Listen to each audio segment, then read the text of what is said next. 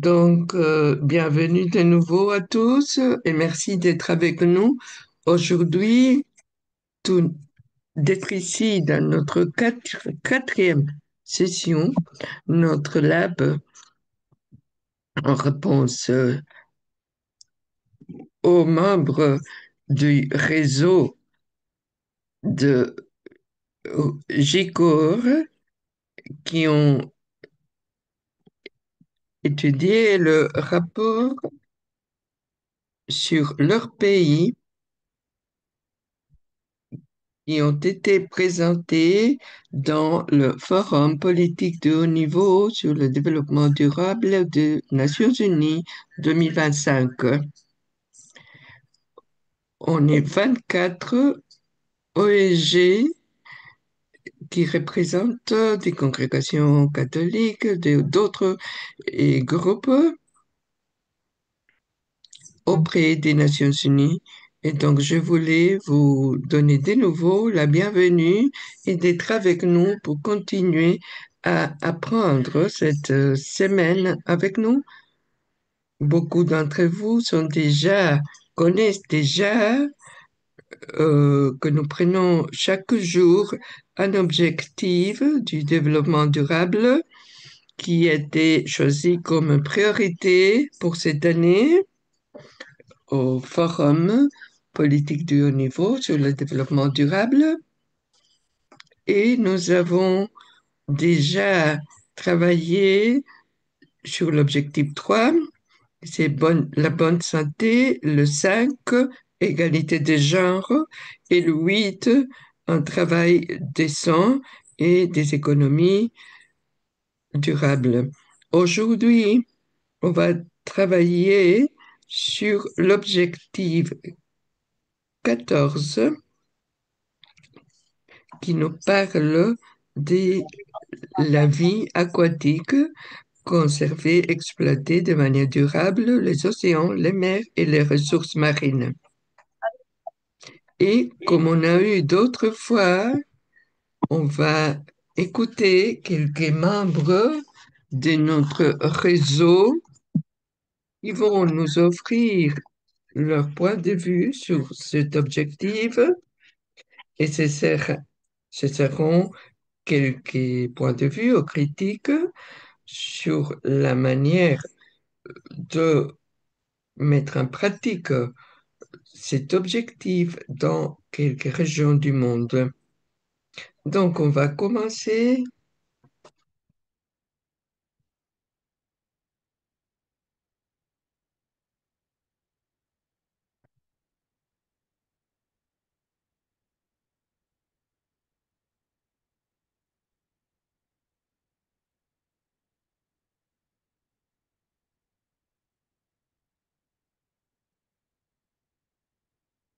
par écouter Sahar Yaha,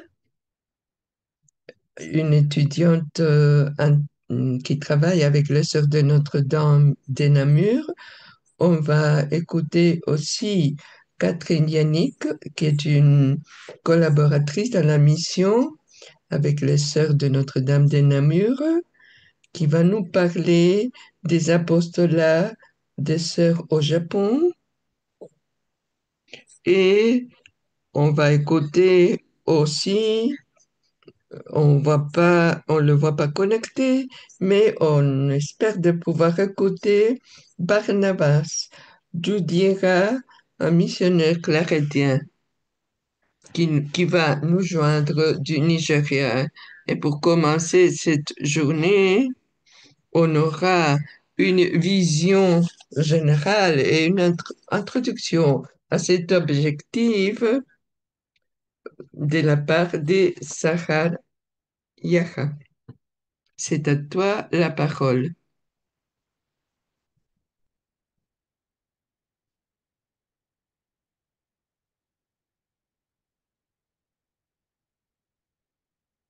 Bonjour à tous. C'est un plaisir d'être avec vous. Je voudrais parler de l'objectif 14, c'est la vie sous-marine.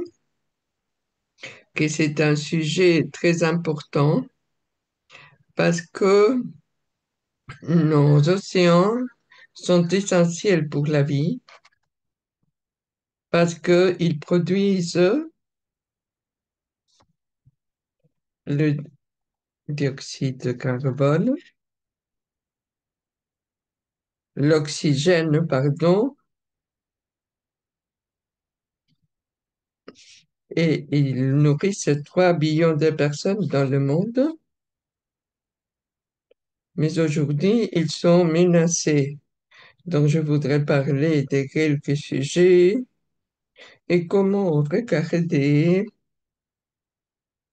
l'agenda à 2030 et surtout pour ce qui concerne cet objectif.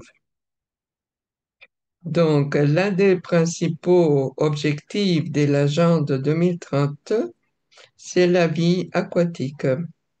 Et tous les êtres vivants dépendant de l'eau, qui recouvre plus ou moins les 70% de la surface de la Terre. Mais aujourd'hui, de nombreuses personnes n'ont pas accès à l'eau potable et malgré les changements climatiques. Cette situation est particulièrement difficile pour les populations des pays en développement où l'eau est rare, où il ne pleut pas suffisamment en été comme en hiver et où les rivières et les lacs sont souvent sales et pollués. En même temps, les autres pays sont confrontés à des problèmes majeurs tels que l'exploitation minière en eau profonde, la surpêche, la pollution et les effets du changement climatique. L'objectif 14 vise à remédier ces problèmes. Il vise à réduire la pollution des océans, protéger la vie marine, à mettre fin à la surpêche et à rassembler les pays pour prendre soin des océans. Cet objectif a été élaboré en 2015 et doit être atteint en 2030.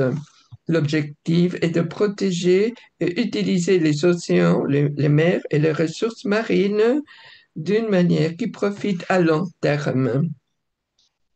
Il y a des éléments qui sont la cause de la pollution des océans.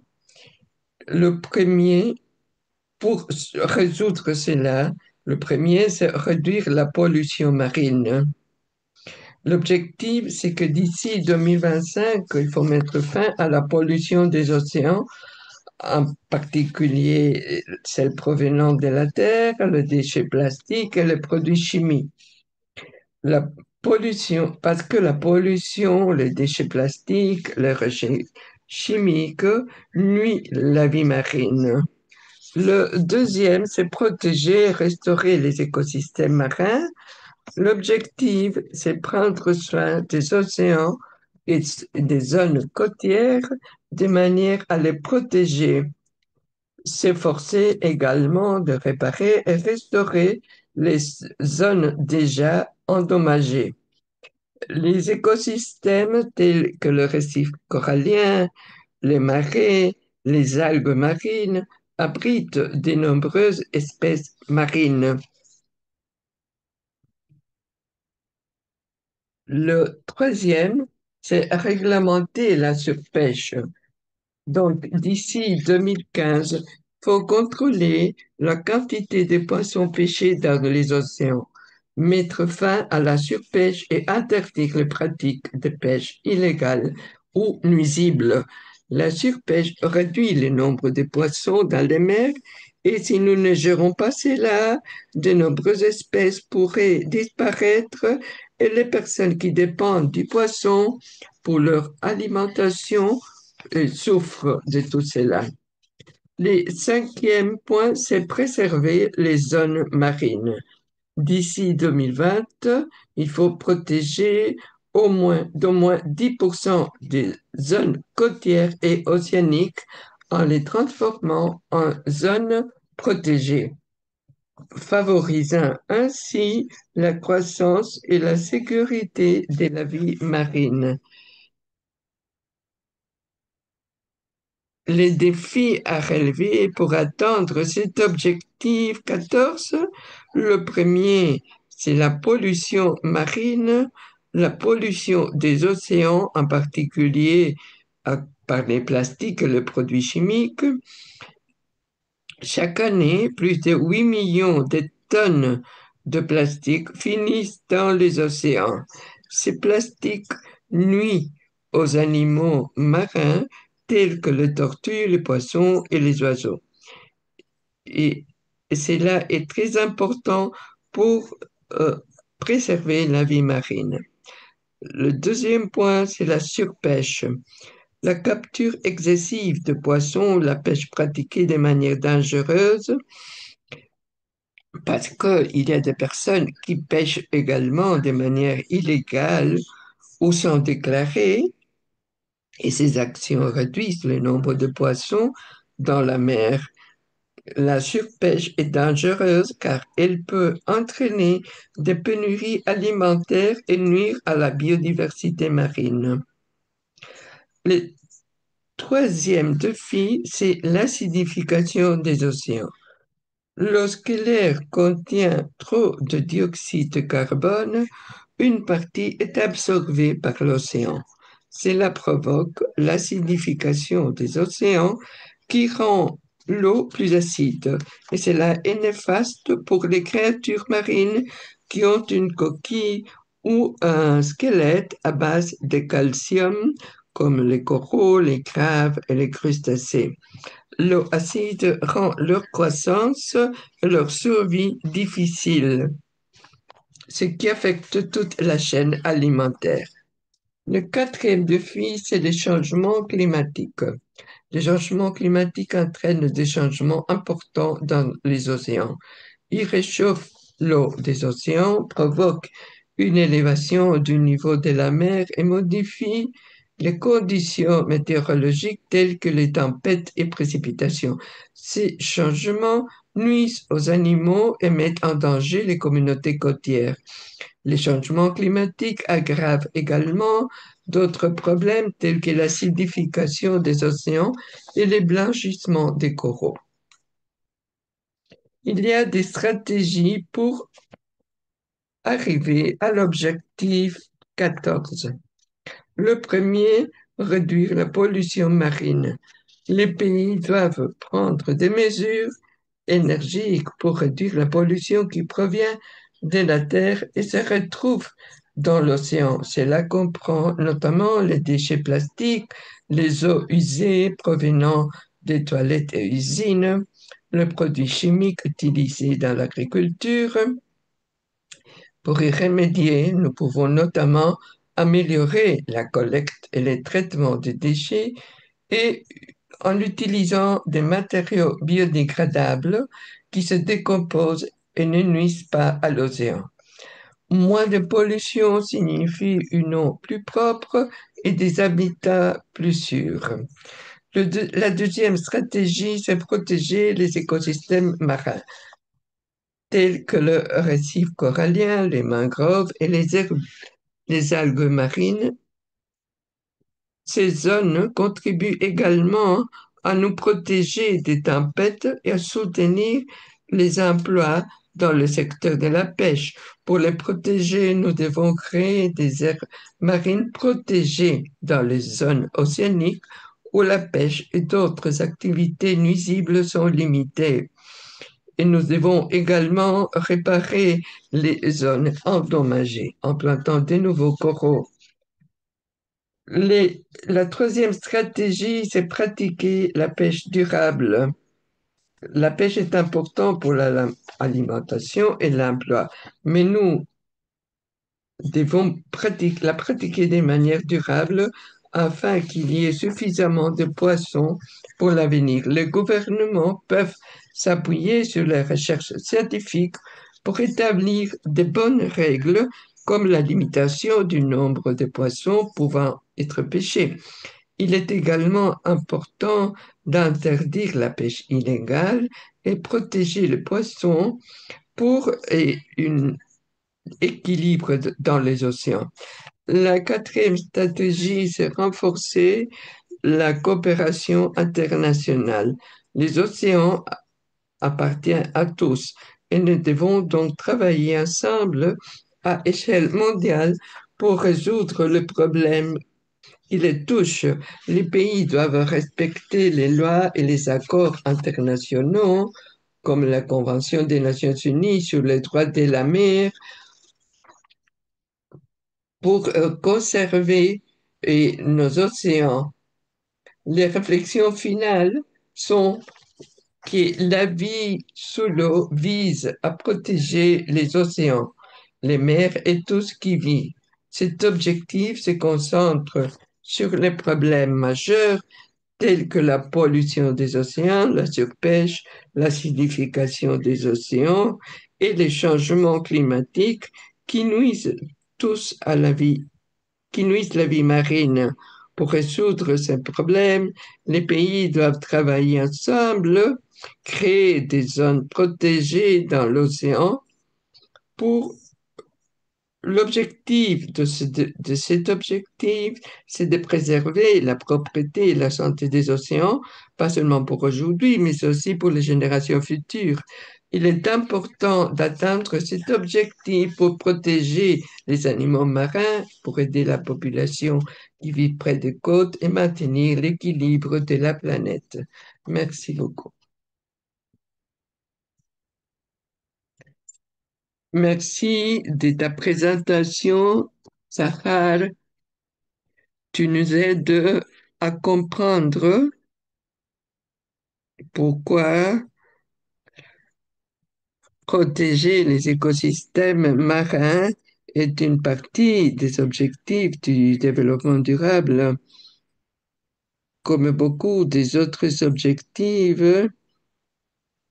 je crois qu'il est facile à comprendre parce que on les voit dans notre expérience. D'autres, c'est des choses qu'on rencontre tous les jours, comme les arbres ou des choses qu'on peut voir. Mais si on ne vit pas près de la mer, peut-être qu'on ne reconnaît pas comment il est important cet objectif.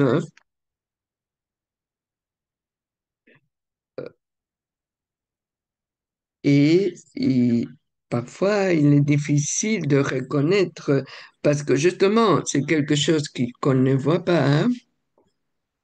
Comment il y a tout un autre monde au-dessous des eaux et qui n'est pas séparé et qui est relié à la vie, à notre vie, c'est à tout notre système, au fonctionnement de notre planète. Et tu as parlé spécifiquement de, des océans et comment ils jouent un rôle fondamental dans le réchauffement climatique, par exemple, et même si nous savons et nous voyons qu'il y a des phénomènes climatiques extrêmes dans notre planète, mais parfois on n'est pas conscient du fait que ça pourrait être pire si on ne prend soin des océans et de la vie sous-marine. Tu as parlé de la désertification des récifs coralliens et comment aussi les océans sont importants pour l'oxygène dans notre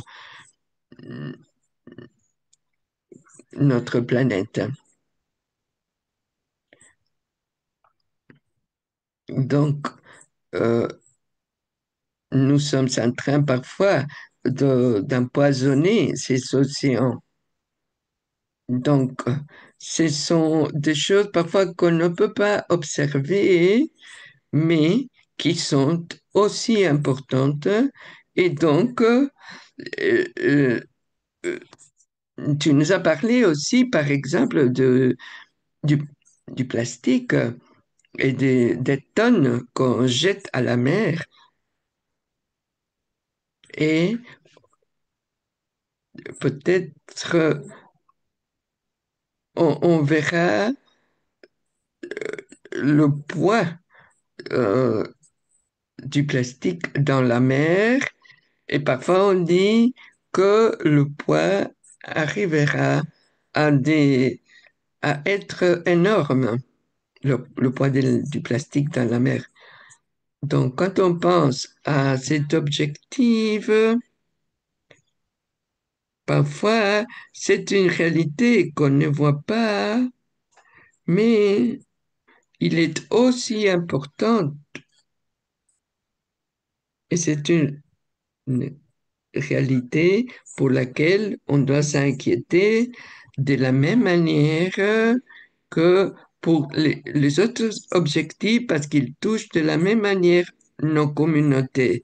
Merci beaucoup de ta présentation. Maintenant, nous allons écouter à Catherine Yannick, qui est directrice de Justice et Paix et Intégrité de la création pour les Sœurs de Notre-Dame de Namur. Il va nous parler de l'expérience de Sœurs de Notre-Dame de Namur au Japon. Donc, c'est à toi la parole. Merci, Thérèse. Est-ce que tu peux partager l'écran, s'il te plaît?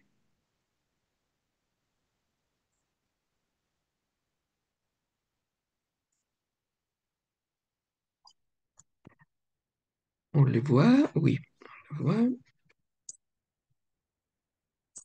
Bien, je suis très contente d'être avec vous et je vais essayer de parler lentement. Donc, comme je suis Catherine Yannick, directrice de Justice, Paix et Intégrité de la création pour le Sœur de Notre-Dame de Namur dans la province des États-Unis. Et je vais offrir une réflexion sur la réalité du Japon, qui est un peu différente de mon expérience ici aux États-Unis. Mais les sœurs du Japon ont préparé cette présentation que je vais présenter sur la base de leur expérience. J'espère de pouvoir bien transmettre cette expérience. Pour commencer, je voudrais offrir une réflexion sur les sœurs fondatrices, les apostolats de la congrégation, ensuite un peu de l'histoire au Japon et ensuite montrer un peu comme les sœurs au Japon essayent d'atteindre les objectifs du développement durable. Donc, notre congrégation a été fondée en 1804. Cela a été présenté aussi par la sœur du Nigeria cette semaine, mais la congrégation a été fondée par Julie Billiard et Françoise Blin pour aider et éduquer les jeunes enfants pauvres dans les endroits les plus abandonnés. Et la congrégation a été fondée en France et ensuite elle est passée en Belgique, mais euh, ensuite c'est étendu dans tout le monde. Le nom est resté Notre-Dame du Namur. Aujourd'hui, la mission des sœurs s'est élargie pour aider toutes les personnes démunies dans le monde et transformer les comportements et les systèmes oppressifs. Nous sommes présents dans 15 pays, dans 100 continents, aux côtés des personnes vivant dans la pauvreté, en particulier des femmes et des enfants, dans les endroits les plus abandonnés. Donc, les apostolats sont la santé, dont on a déjà parlé cette semaine, l'éducation, le soin pastoral et le travail social.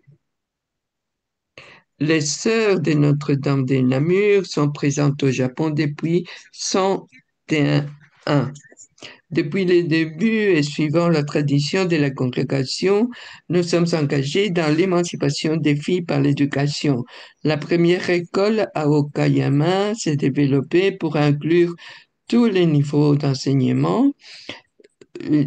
L'école et ses diplômés ont joué un rôle important dans le développement de cette ville d'Okayama depuis avant la Seconde Guerre mondiale et ensuite pendant l'essor économique du Japon jusqu'aujourd'hui. Donc, en, en voyant les objectifs du développement durable à partir de la perspective du Japon, en 2025, le Japon s'est classé comme le 118e pays sur 148 pays dans les classements du Forum économique mondial sur l'égalité des genres. Si le Japon a enregistré des progrès en matière de participation économique et d'opportunités, avec une présence accrue des femmes, la participation des femmes en poste de direction reste toutefois faible. Il y a peu de femmes qui occupent des postes de direction. Donc, le Japon s'attache désormais à renforcer le réseau des modèles d'entrepreneuriat et des ressources consultatives, en particulier en dehors des grandes villes et des grandes zones rurales. Le gouvernement va créer une base de données des professionnels pour un programme d'égalité des genres, promouvoir la formation sur le harcèlement sexuel dans les entreprises, fournir un soutien consultatif aux entreprises dans des zones rurales afin de promouvoir les femmes et utiliser d'autres ressources pour lutter contre l'écart salarial entre les genres. Donc voici le travail des sœurs. En tant qu'éducatrices, les sœurs considèrent toute la création, y compris les êtres humains, à travers le prisme de la foi et elles enseignent avec la conviction que le monde entier est tout un. Les principes éducatifs font partie du programme scolaire, tout comme les enseignements sur la santé. La population catholique au Japon est très faible, mais la société japonaise compte de nombreuses personnes qui ont été éduquées dans des écoles catholiques. Donc, très peu de catholiques étudient dans des écoles catholiques. Presque aucun des élèves n'est baptisé pendant leur scolarité, mais les diplômés qui entrent dans la société vivent selon les idéaux catholiques. Donc, euh, on veut transmettre les valeurs chrétiennes à beaucoup de personnes à travers l'éducation. Ces dernières années, le nombre de sœurs a diminué, des monastères ont été fermés et des centres apostoliques ont diminué. Actuellement, la province japonaise compte 4 communautés et les sœurs travaillent dans une école supérieure, une université, 2 collèges et une école primaire et 2 jardins d'enfants. Et nous croyons que l'éducation a un impact sur la jeunesse, surtout sur les femmes et les jeunes filles.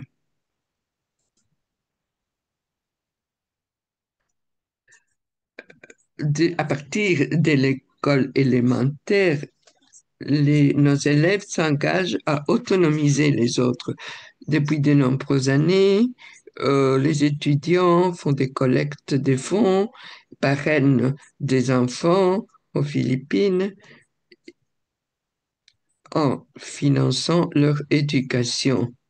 Ils participent avec dévouement à l'association caritative Ashinaga, qui est un fonds qui soutient l'éducation des enfants défavorisés au Japon. Et d'une manière plus directe, nous voyons notre influence sur le rôle de la femme et nous le voyons en Makiko Sato. Elle est une diplômée en 1900. 1993 du lycée Notre-Dame de Seishin de Hiroshima. C'est une fondatrice du cabinet du conseil M-Style. Elle est experte en leadership, développement organisationnel et également elle est reconnue comme une excellente facilitatrice au service des entreprises internationales. Elle est fondatrice de M-Style qui propose des formations en leadership et en communication aux organisations et aux particuliers. Une autre personne dont on veut parler, qui est une ancienne élève, est Mariko Komatsu, qui a rejoint l'organisation d'Hiroshima pour la paix mondiale en mai 2021 comme coordinatrice de la collaboration mondiale afin de promouvoir le programme d'abolition des armes nucléaires avant le centenaire de l'ère nucléaire en 2045. Elle a été toujours intéressée à la justice nucléaire.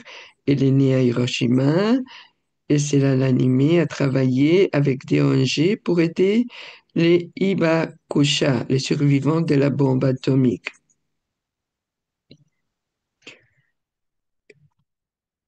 Et elle travaille pour la paix et pour former à d'autres à travailler pour la paix. Je voudrais partager quelques réflexions de Mariko sur les objectifs du développement durable. Mariko, à part le fait d'être ancienne élève, elle a participé au forum de haut niveau ces 2 dernières années au sein du groupe de la société civile et il nous a partagé que dans certains pays, dont le Japon, les objectifs du développement durable sont considérés comme destinés aux pays du Sud. Cependant, il est essentiel que tous les pays assument leurs responsabilités à l'égard de ces objectifs. Au Japon, il nous a dit que la plupart des gens, 90%, connaissent les objectifs, mais il reste encore beaucoup à faire pour sensibiliser et mobiliser la population. Et Mariko a l'intention de mettre en place un programme de stage afin de développer la défense de- des droits chez les jeunes au Japon.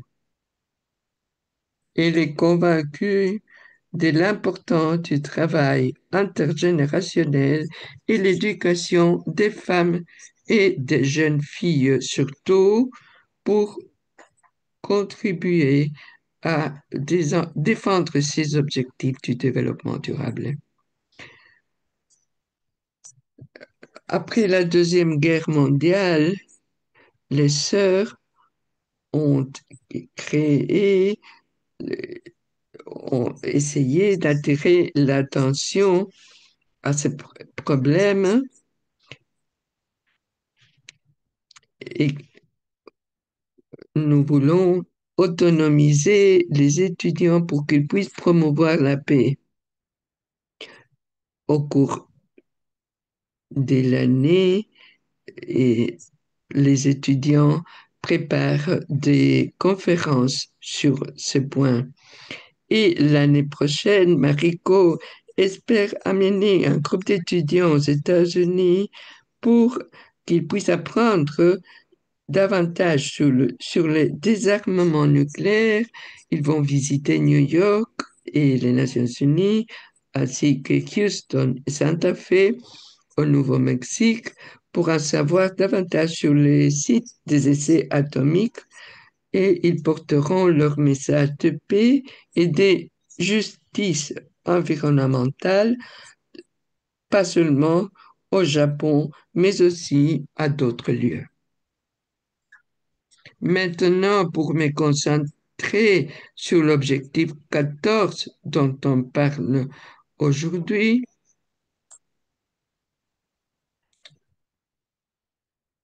le soin de l'océan est une préoccupation essentielle au Japon.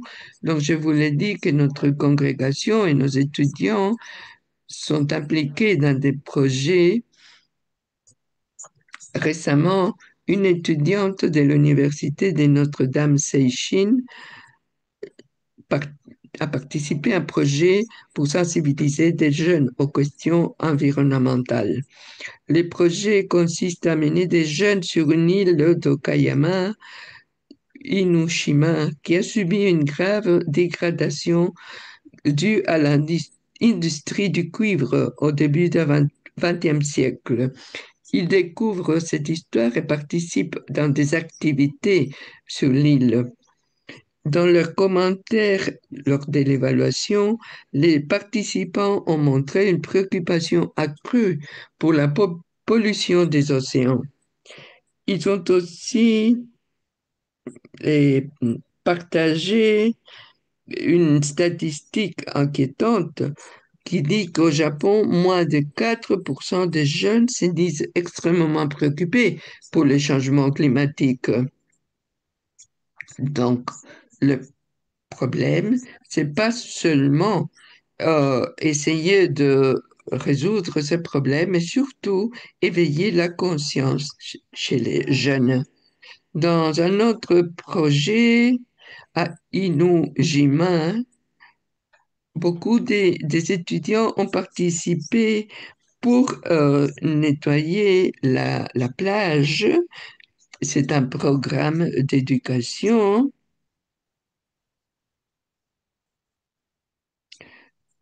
et les étudiants apprennent les problèmes liés à la pollution des océans, les conflits entre l'homme et la faune sauvage, l'expansion des terres agricoles abandonnées et le dépeuplement et vieillissement de la population.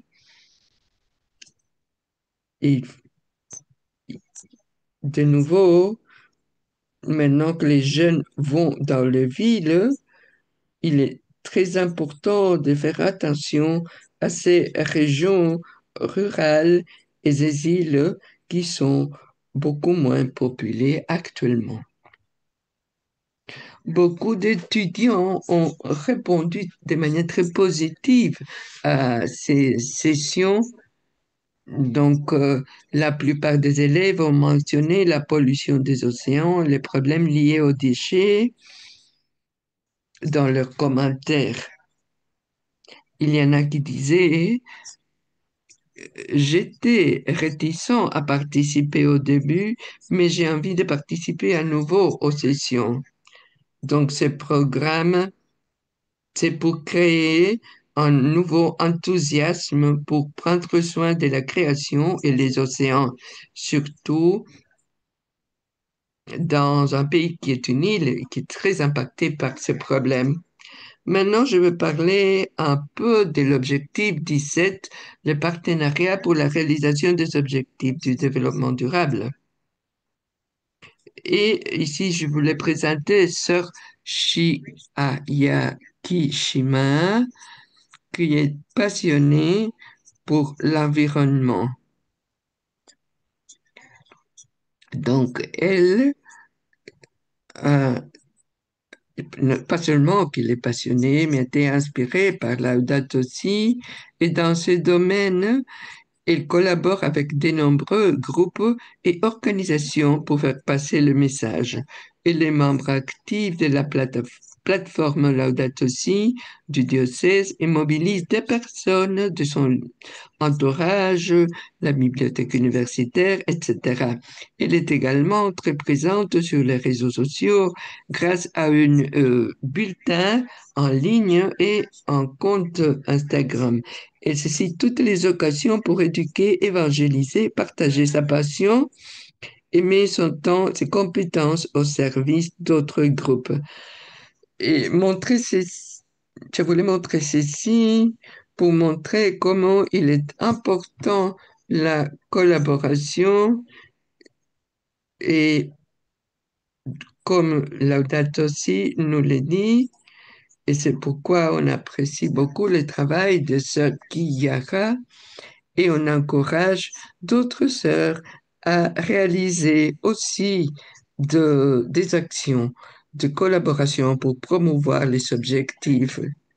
Voilà, ça c'est la fin de ma présentation. Je voulais remercier cette opportunité de réfléchir sur les objectifs du développement durable de la part de sœurs du Japon et j'espère que dans l'avenir, on pourra partager aussi dans d'autres occasions d'examen national volontaire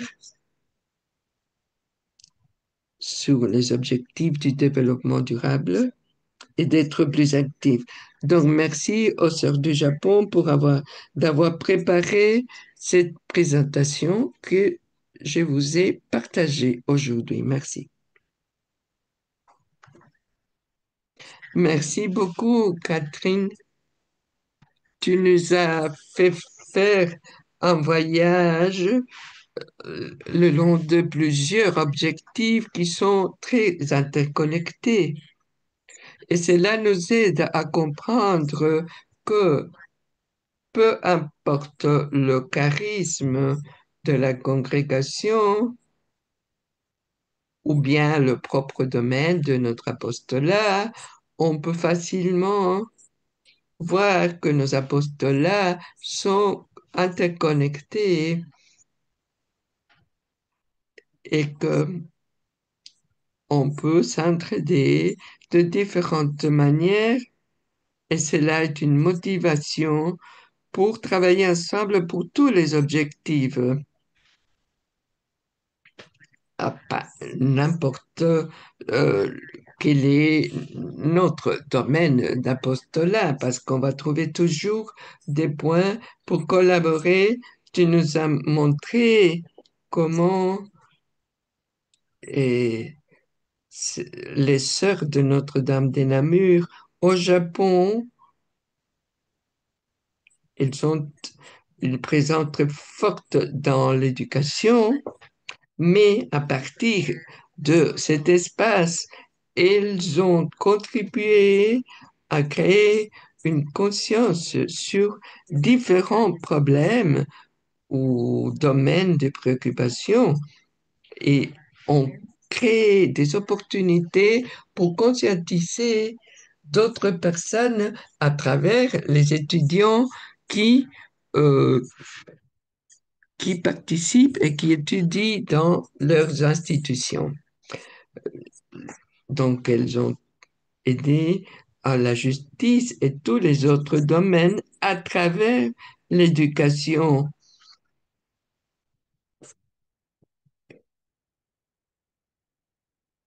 Donc, l'éducation est une opportunité énorme pour, et c'est aussi une obligation quand on a ce rôle de faire à travers l'éducation une formation sur pas seulement les valeurs dont tu nous as parlé au début, parce que tu nous disais justement que les chrétiens ne sont pas une majorité, mais il y a beaucoup de valeurs qu'elles peuvent transmettre à travers l'éducation,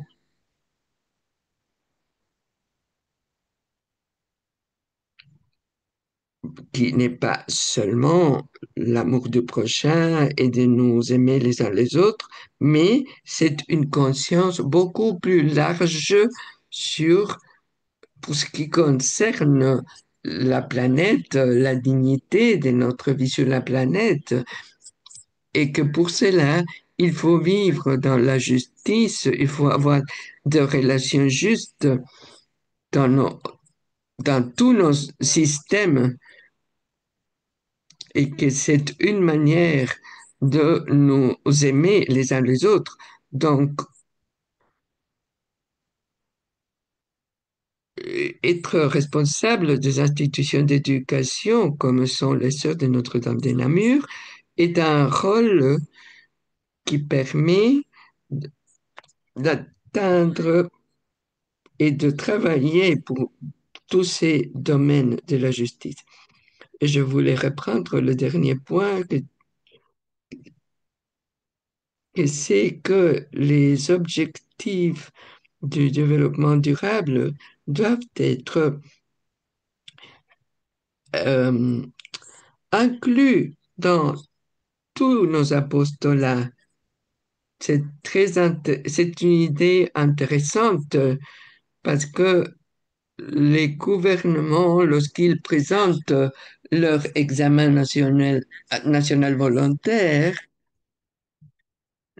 nous avons commencé à voir actuellement, surtout pour les pays où les gouvernements n'ont pas été très actifs, ceci est une opportunité qu'il y a des provinces ou des lieux du pays qui font leur propre examen national. Et c'est pourquoi on l'appelle volontaire, examen national volontaire local.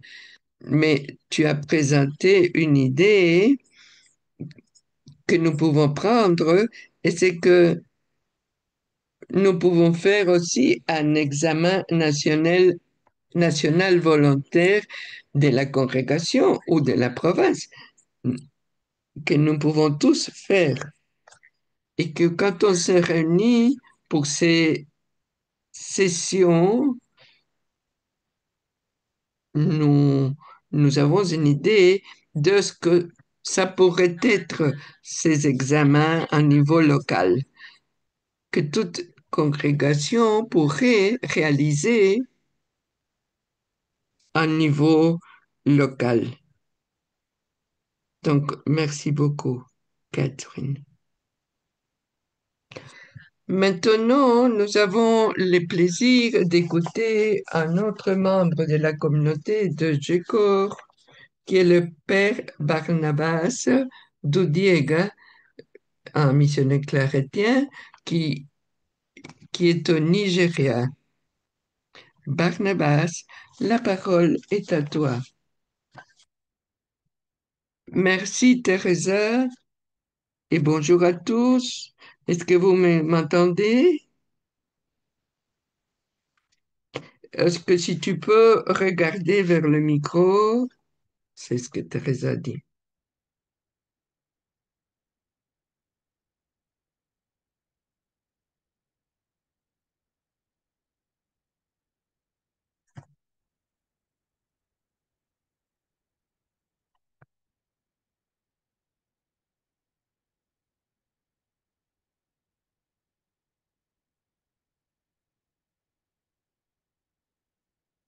Donc, merci beaucoup.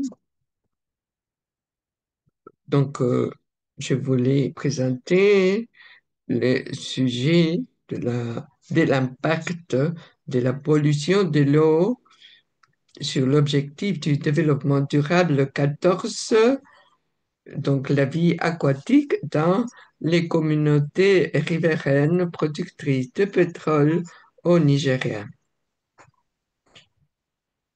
Et il y a plusieurs États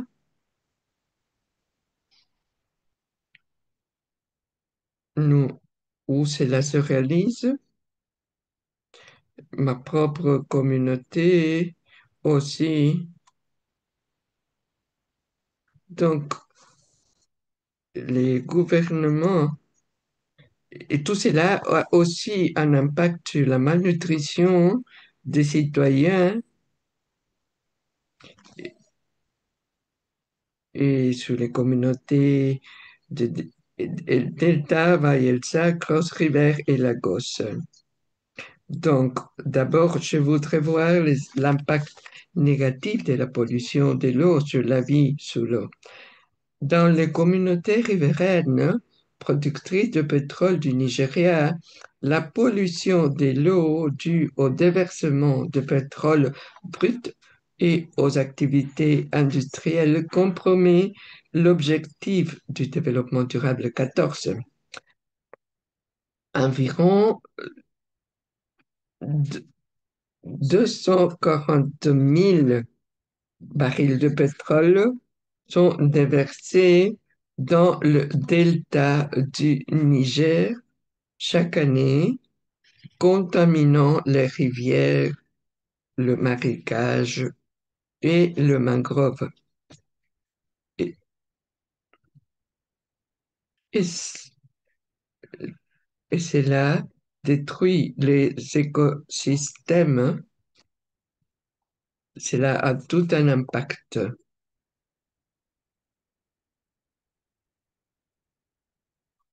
Donc, les polluants, cela contamine toutes les rivières et les marécages. Cela détruit les écosystèmes aquatiques, tue les poissons, les planctons et d'autres espèces marines, perturbe la biodiversité et paralyse la pêche. Les polluants tels que les métaux lourds et les hydrocarbures s'accumulent dans les sources d'eau, les rendant impropres à la consommation et menaçant la santé. Il y a des communautés dont la pêche a collapsé.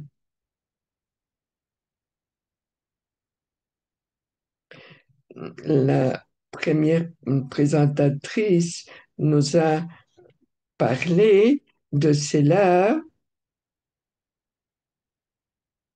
et les effets de, des hydrocarbures sont tellement forts que les gens ne peuvent même pas accéder.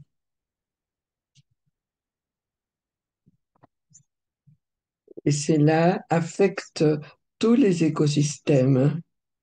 Donc, on va explorer maintenant la complaisance du gouvernement. La réponse du gouvernement fédéral et des États a été marquée par la complaisance. La faible application de règlements environnementaux, l'insuffisance des ressources et le chevauchement de responsabilités entre les agences entravent l'efficacité des mesures prises.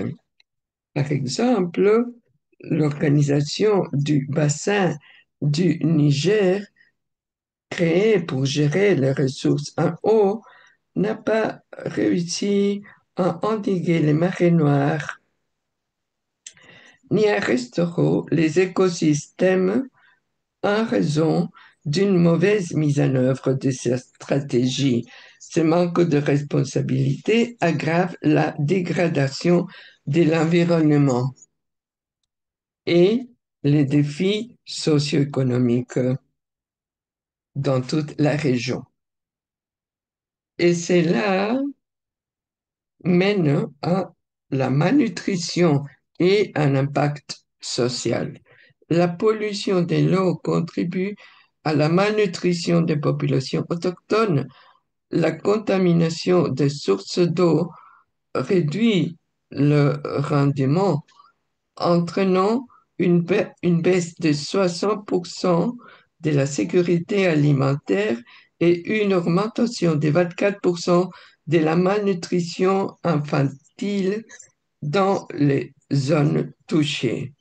Les polluants diminuent également la valeur nutritionnelle des cultures.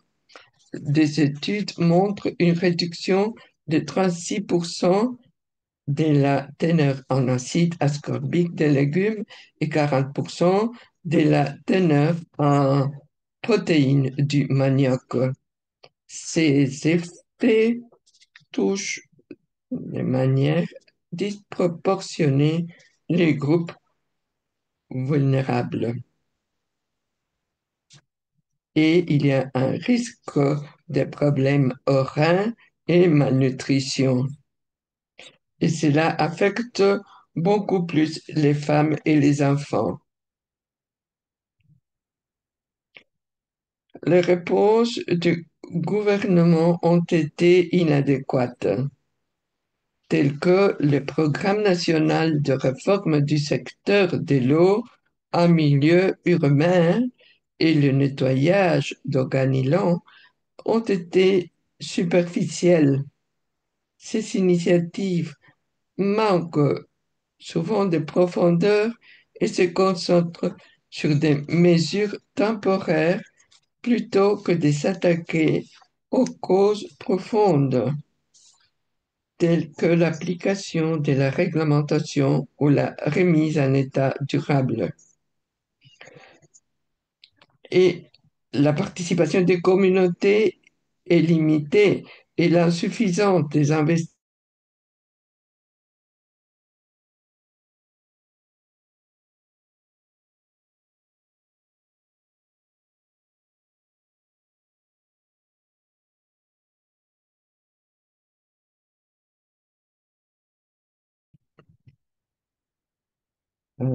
Lagos, on néglige les régions rurales et cela affecte l'objectif du développement 6 et l'objectif 14. Maintenant, quelle est la voie à suivre? Pour relever ces défis, le Nigeria doit adopter une approche multidimensionnelle.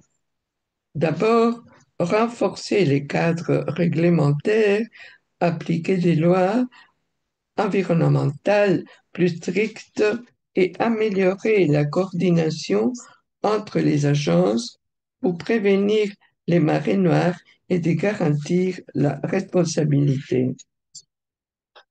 Il y a beaucoup d'agences qui sont connectées à un domaine comme l'environnement.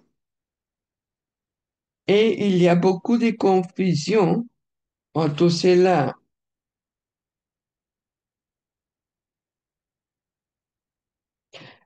Une deuxième voie, c'est investir dans les technologies durables, promouvoir la bioremédiation et les énergies propres afin de restaurer les écosystèmes et réduire la pollution. La réalité, c'est que le gouvernement est conscient de la pollution et de son impact dans les citoyens, mais la volonté de mettre en place des politiques qui puissent alléger ces problèmes pour les citoyens ne font pas de progrès.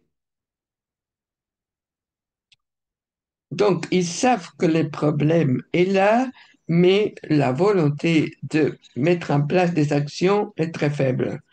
La troisième voie, c'est autonomiser les communautés, c'est-à-dire impliquer toutes les parties prenantes locales dans la gestion de l'eau et leur offrir des moyens de subsistance alternatifs afin d'atténuer les pertes économiques.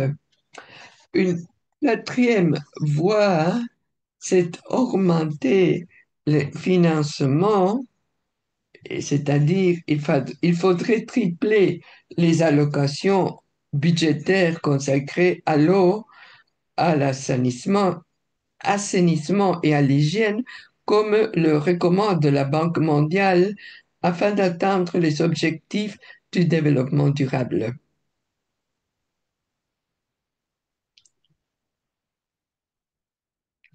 C'est-à-dire que la Banque mondiale envoie des aides, mais cela finit dans les poches des personnes individuelles ou des groupes qui prennent ces ressources et qui font très peu pour les progrès de cette situation. Donc, il faut augmenter le financement, mais aussi un financement qui puisse arriver au destinataire. Cela est important. Et une cinquième voie, c'est la collaboration internationale. Donc, tirer parti des partenariats mondiaux pour accéder à l'expertise et aux ressources nécessaires à la restauration des écosystèmes, comme indiqué dans l'objectif du développement durable 6.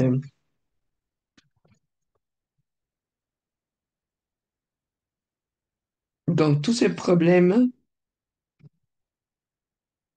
doivent être adressés d'une manière en collaboration.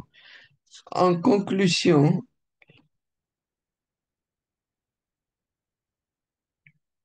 la, les personnes qui devraient être responsables n'apportent pas le progrès qu'ils devraient apporter.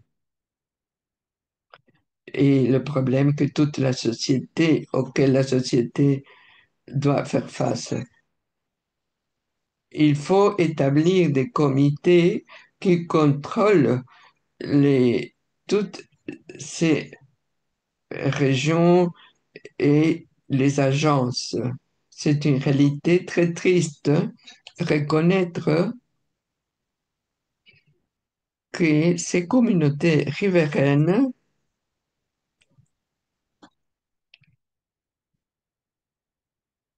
ont des groupes de travail pour faire face à ces défis, mais ces défis,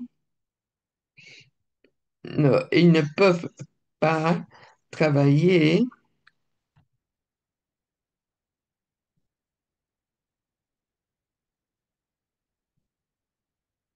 parce que ils sont menacés. Et ça, c'est aussi une réalité.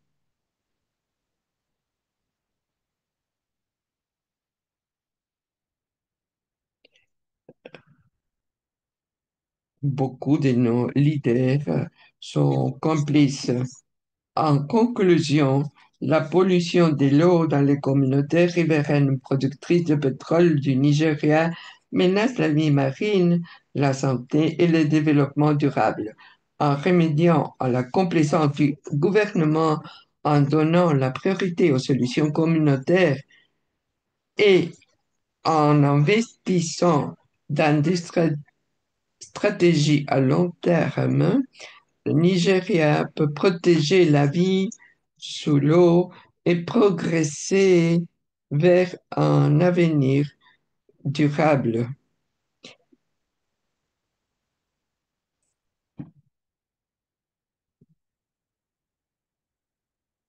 Et finalement, je voudrais mentionner quelques mots et ajouter quelques mots.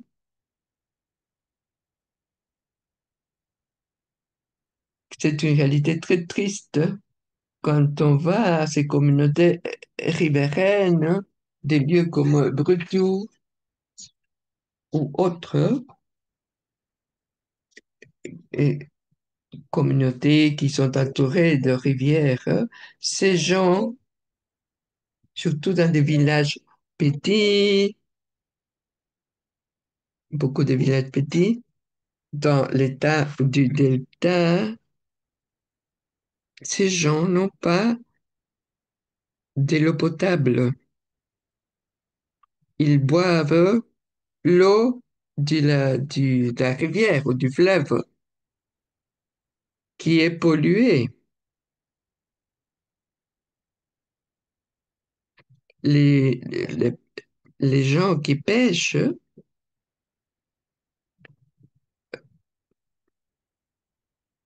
ne peuvent pas pêcher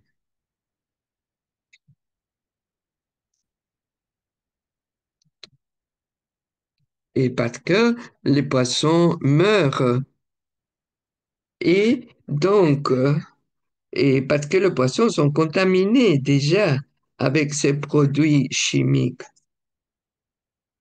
Et, et les gens, en mangeant ces poissons, sont aussi contaminés, ce qui crée une crise de santé.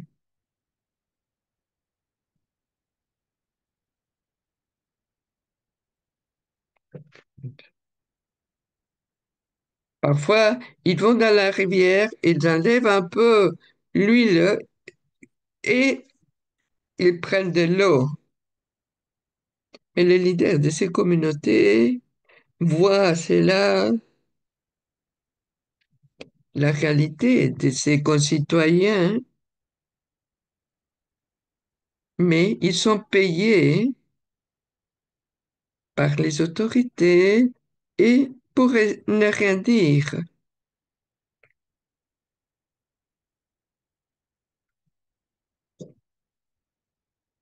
Donc, ils ne veulent pas que les gens se plaignent de leur réalité.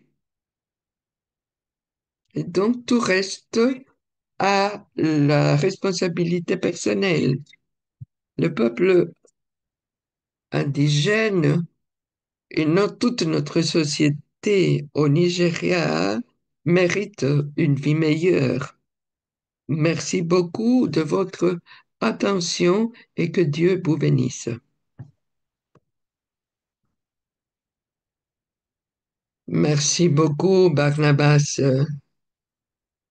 pour cette image très claire que tu nous as donnée. Tu nous as présenté le défi en rapport à l'eau propre qui a beaucoup de conséquences, surtout dans le delta du Niger et le phénomène de, de déchets chimiques du pétrole et, et c'est une réalité quotidienne, hein. Et c'est difficile à imaginer et impossible à accepter. Et de tout ce que tu nous as expliqué, comment cela affecte ensuite indirectement, parce que cela affecte le poisson, et ensuite à tous le, le pétrole qui va dans les rivières où les gens boivent. Et c'est l'eau aussi qui est employée dans l'agriculture. Donc, cela affecte tout- toute la nutrition, l'alimentation du pays, toutes les, tout ce que les gens mangent qui est déjà contaminé par ces produits chimiques et qui deviennent beaucoup moins euh, nutritionnels, c'est-à-dire c'est une des conséquences énormes. Et aussi, tu nous as parlé de la réponse insuffisante et la prévention insuffisante. Et tu nous as dit aussi, tu nous as parlé du rôle du contrôle à niveau communautaire, parce que c'est vraiment, c'est à ce niveau-là qu'on pourrait euh, trouver le responsable. Mais tu nous parlais de comment les compagnies, soit les compagnies qui se bénéficient de tout cela et le gouvernement ne veulent pas trouver une solution à cette situation et non plus que qu'il y ait de plaintes.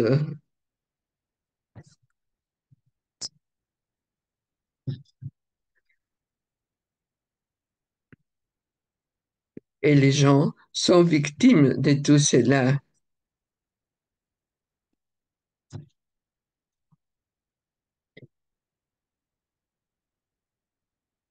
Et évidemment, tout cela cela est au profit des compagnies. Tu as illustré les éléments spécifiques de, de tout cela, le défi bah, pour la vie marine et pour la vie humaine. Et aussi, tu nous as parlé des stratégies pour répondre à tout cela, à part le contrôle de la part des communautés, de la part de la communauté. Je voulais ajouter qu'à la fin, tu disais que, que tu voudrais avoir de nouveaux leaders qui soient responsables pour agir contre cette culture de corruption, de sorte que quand il y ait de ressources disponibles pour la protection des fleuves ou que ces ressources ne vont pas aux projets pour lesquels ils étaient destinés, mais ces ressources finissent dans les poches de quelques-uns. Et nous avons besoin de bons leaders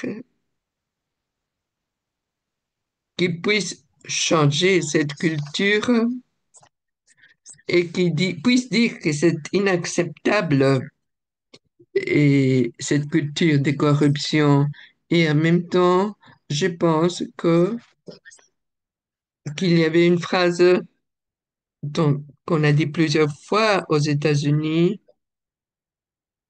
que tu viens d'une communauté indigène et c'est que nous sommes ceux qu'on attend, c'est-à-dire que oui, c'est vrai que nous voudrions voir chez les jeunes ou chez de nouveaux leaders et en même temps,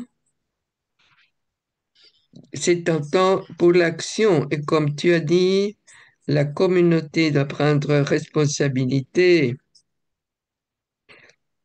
et si on veut voir les changements, il doit, on doit la communauté doit s'approprier de cette réalité pour réaliser le changement, parce que ce n'est pas quelques leaders qui vont faire le changement, mais c'est lorsque toute la communauté renforce le sens d'appartenance et n'attend pas à d'autres personnes qui viennent. Et je pense que toute l'information que tu as partagée, c'est, je- puisque je vois que tu es dans un rôle de leadership et que tu peux partager tout cela avec d'autres parce que cela va bénéficier beaucoup, surtout la clarté de ton analyse qui nous a beaucoup illuminés. Merci beaucoup pour la préparation et le partage.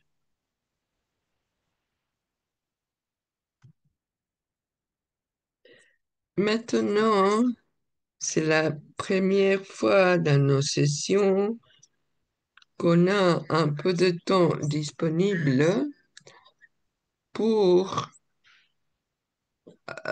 ouvrir l'espace pour un peu d'interaction. Donc, s'il y a quelqu'un qui souhaite poser des questions ou partager un commentaire ou offrir une réponse à ce qu'on a écouté et vous voulez le partager, vous pouvez lever la main et si vous avez le caméra, vous pouvez lever la main. Autrement, vous pouvez le faire avec votre menu qui vous donne dans dans les réactions, vous donne la possibilité de lever la main en sous-réaction.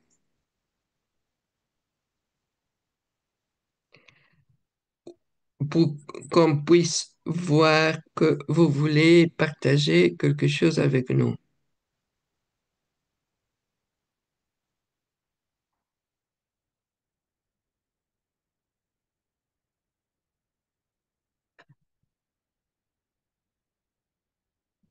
Je vois Melba.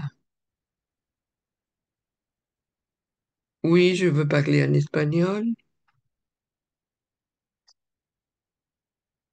Moi, je suis très impressionnée du partage d'aujourd'hui parce que cela a ajouté beaucoup d'éléments d'analyse pour regarder les objectifs du développement durable comme un tout, comme un ensemble, et voir comment l'un affecte l'autre. Et il y a des conséquences en chaîne. Je voulais dire quelque chose sur le Japon. Moi, j'étais là-bas pour... Moi, j'étais à la... Et à l'examen national volontaire,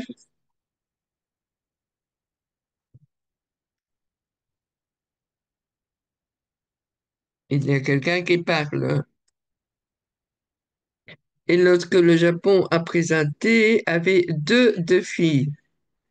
Le manque d'enfants, donc il n'y a pas de naissance au Japon. Il disait que c'est une population qui est en train de vieillir et qu'il y a très peu de naissances. Et ça, c'était un défi important.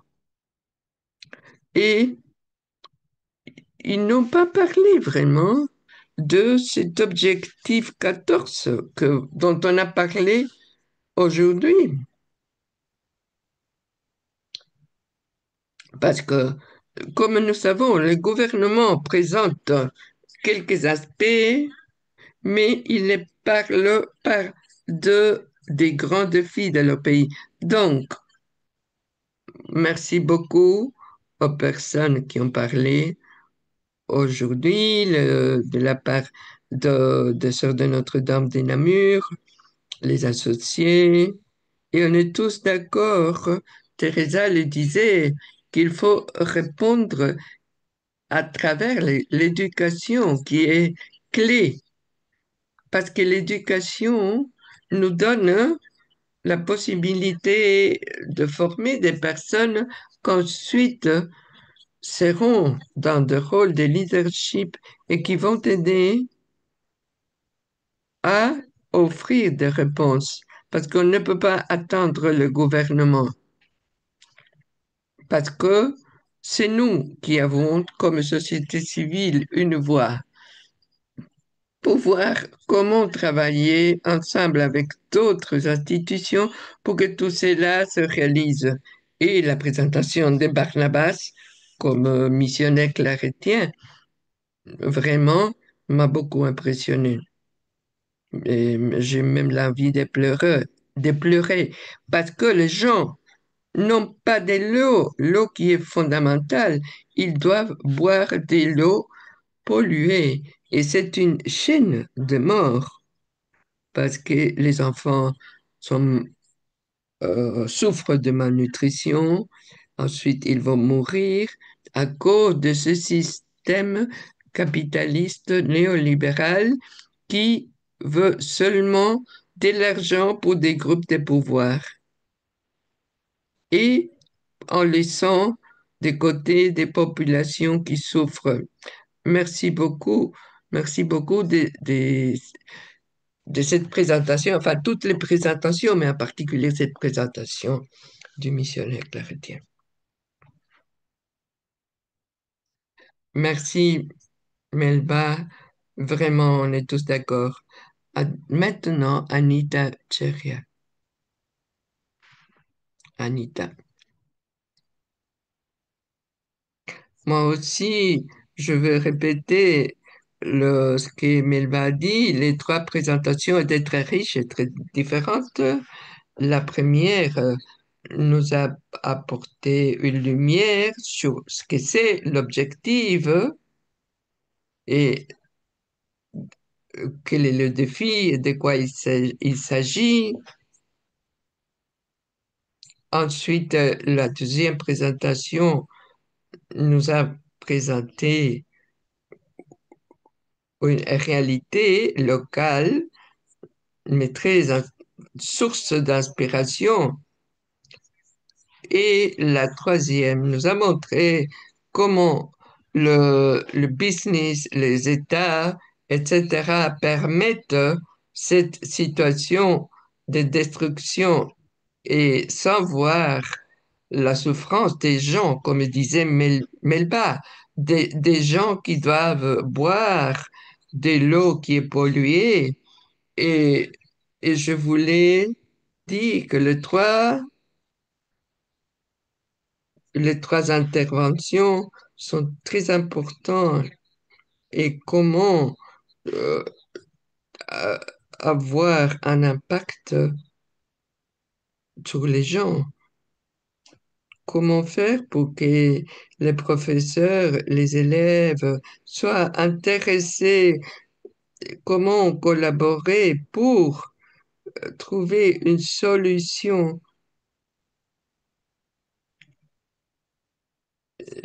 puisqu'on a des, on a eu des interventions tellement intéressantes.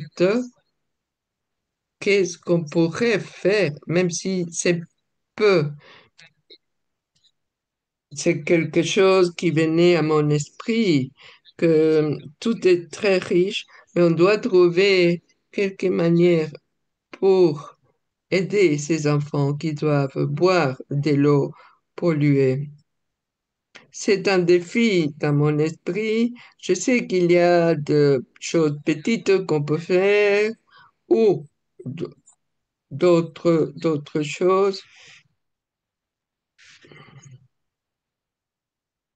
La conscience qu'il y a eu surtout dans la dernière présentation, peut-être qu'on peut le présenter aussi dans les écoles ou dans les réseaux sociaux parce que vraiment pour travailler en synergie. C'est pas que je cherche de réponse, je voulais simplement le partager. C'est une grande question, Anita. Moi aussi, je pense que la présentation des Catherine qui parlait de la sœur Kiraya, qui avait une présence active dans le réseau et, et qui a beaucoup de connexions. Et, et peut-être, je me demandais aussi s'il y a un moyen de mettre en connexion ce genre de choses. Tout ce qui nous a parlé, Barnabas, avec ce que cette sœur du Japon fait, parce qu'il y a beaucoup de capacités qui sont là et vraiment mettre ensemble ces forces, c'est le défi. À ceux qui nous ont offert une conférence aujourd'hui, si vous voulez dire quelque chose, nous voulons vous écouter, mais d'abord, je voudrais... Il y avait une autre personne qui avait la main, Béatrice. Béatrice, Francis. Bonjour à tous. C'est pas une question, c'est un commentaire. Merci beaucoup à tous de votre travail. Merci et merci d'être à- avec nous. J'ai vu que parfois tu as aussi partagé des commentaires sur le chat. Est-ce que et l'un ou l'autre de ceux qui ont présenté une conférence aujourd'hui souhaite partager quelque chose ou les autres participants? Norma,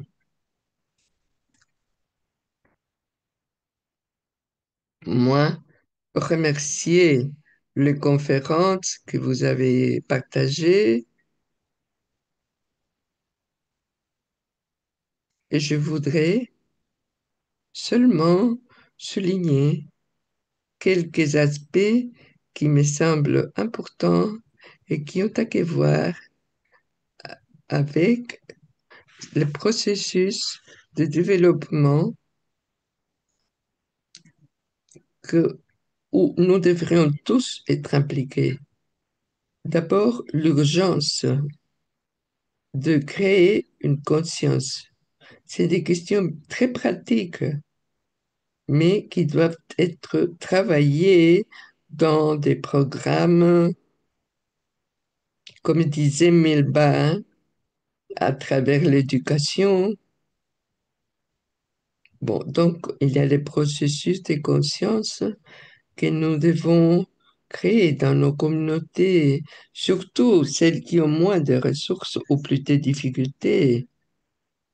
Dans les cas de notre frère du Nigeria, c'est très préoccupant. Et ensuite, j'ai pensé à mon pays, le Salvador, où l'on souffre la difficulté de ne pas pouvoir agir. D'abord parce qu'il n'y a pas d'organisation, et ensuite parce qu'il n'y a pas de financement. Mais le processus de conscientisation peut être fait dans des petits groupes, des petites communautés, là où nous travaillons. Un deuxième élément qui est très important, c'est travailler sur une analyse profonde et détaillée avec nos communautés dans deux aspects, le tourisme et l'industrie dans le monde. Ça, c'est deux domaines qui affectent tout ce qui a à voir avec l'assainissement des eaux. En troisième lieu, je crois que les personnes affectées par cet objectif, je vois l'importance de la recherche, étudier les effets, les conséquences. Qu'est-ce qui produit tout cela? La recherche sur les substances qui affectent. Je crois qu'il y a beaucoup de choses écrites, mais ça doit devenir plus populaire, donc que cela puisse affecter les consciences. Et une idée que je voudrais souligner, c'est que nous ne nous rendons pas compte que entre la terre et la mer, il y a un parallèle. Donc, il faut travailler sur ces processus qui sont longs, difficiles, coûteux, mais nous devons faire quelque chose. Avec 3, 5, 10 personnes, c'est la seule chose qui va nous faire avancer. Évidemment qu'un travail à un niveau, à grande échelle, va nous aider, mais il faut regarder à partir des gens, des groupes petits, à partir de l'éducation, de la petite enfance, etc. Merci beaucoup.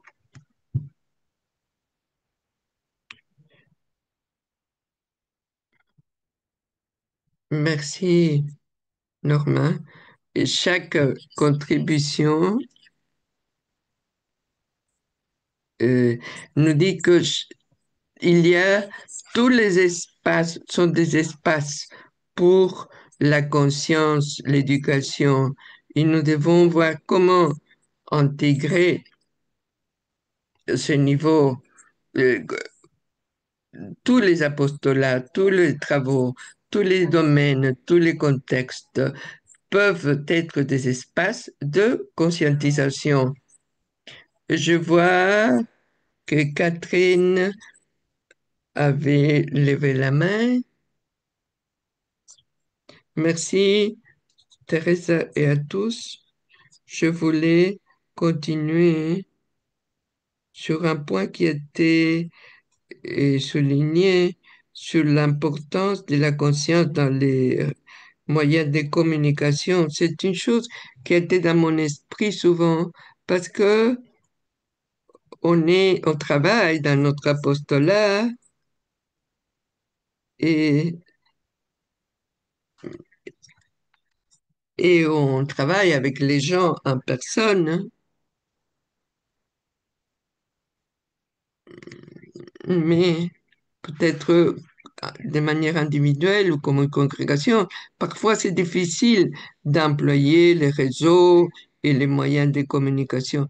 Et c'est pourquoi je pense que tous les groupes qui travaillent dans la communication, à niveau des congrégations, à niveau plus général, sont très importants pour éveiller cette conscience. Et un autre défi pour ce qui concerne la communication, c'est que parfois, on montre notre travail, mais il faut employer les moyens de communication pour montrer notre travail, mais aussi pour montrer les défis auxquels doivent faire face les gens. C'est des défis que je vois pour les États-Unis, les communications catholiques, pour éveiller la conscience. Mais j'ai apprécié beaucoup tous les commentaires et c'est une semaine vraiment de formation pour moi sur les objectifs du développement durable. Merci, Catherine. Oui, il y a des défis entre la connexion personnelle et la connexion globale. Et comment faire le global personnel et le personnel global? C'est un défi constant pour toutes les personnes de bonne volonté.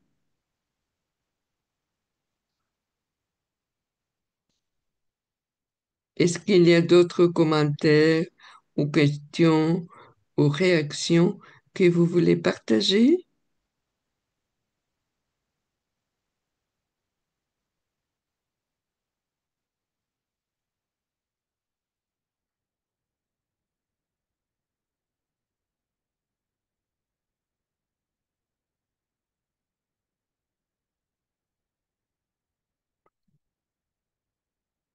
Bien, av- avec cela, je remercie tout le monde pour leur contribution et pour nous aider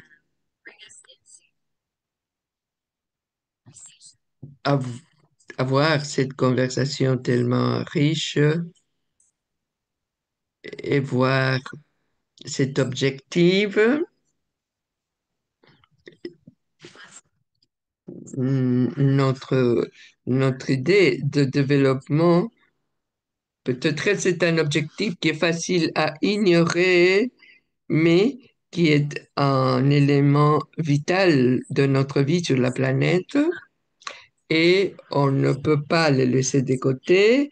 Donc, merci à tout le monde pour de votre analyse, de votre participation à partir de, de vos apostolats et espérons que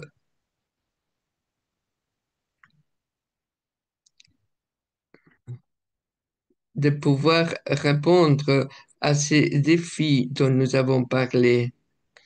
Il y a une session demain de GECOR, le laboratoire, à la même heure, que ce sera demain sur l'objectif 17, que c'est le partenariat pour la réalisation de tous les objectifs du développement durable. Nous-mêmes, on est une coalition et donc c'est une idée qui est très proche et très chère à nous et c'est pourquoi nous voulons souligner cet élément tellement essentiel pour réaliser tous les objectifs du développement durable. Donc, merci beaucoup d'être avec nous aujourd'hui. Espérons de se voir demain pour approfondir l'objectif 17. Donc, ayez une bonne soirée. Bless you.